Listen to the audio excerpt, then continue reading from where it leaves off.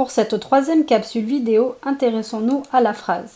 Une phrase commence par une majuscule et se termine par un point. C'est ce que vous apprenez depuis que vous avez entamé l'école primaire.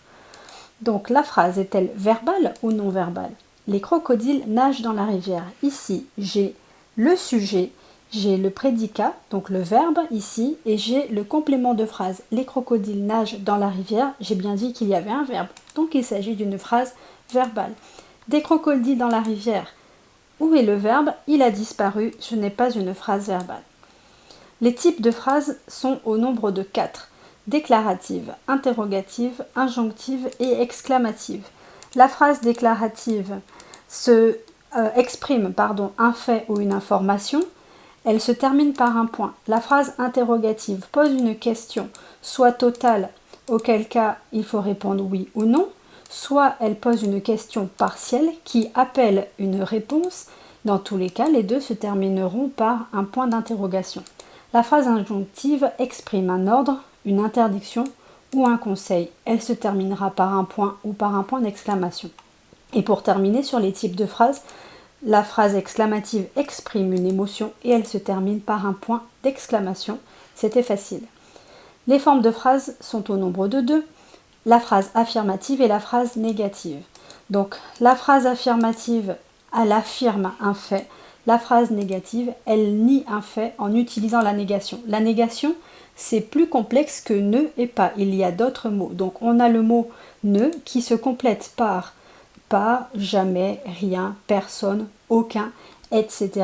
Là, c'est à vous, avec l'usage et avec vos habitudes, de faire la distinction et d'être capable de les repérer. J'ai mis N apostrophe parce qu'il ne faut pas oublier que devant certains mots, donc les voyelles, on ne l'entend peut-être pas, mais il existe bel et bien. Enfin, la phrase simple ou complexe en couleur.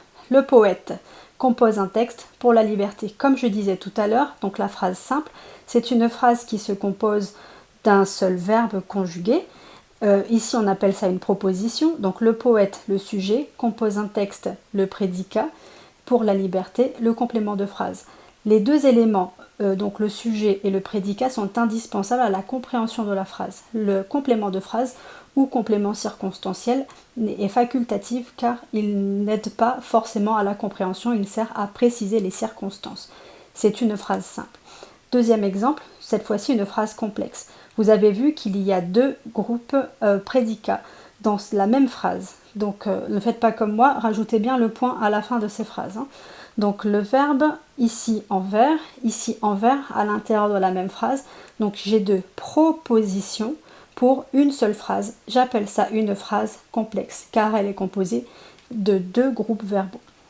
Bien, donc la phrase complexe se développe, soit elle est ordonnée par juxtaposition, donc je mets à côté les 2 propositions, soit la juxtaposition est séparée par une virgule, un point-virgule ou 2 points.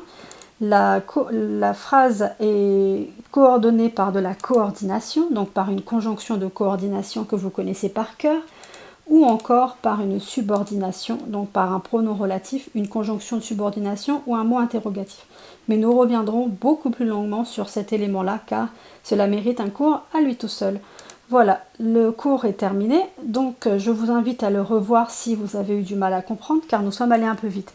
Dans le manuel Fleur d'encre de 3e, vous pouvez faire les exercices suivants pour vous aider à consolider ce que nous avons vu et que vous saviez déjà, car je rappelle qu'il s'agit de révision de l'année de 4e.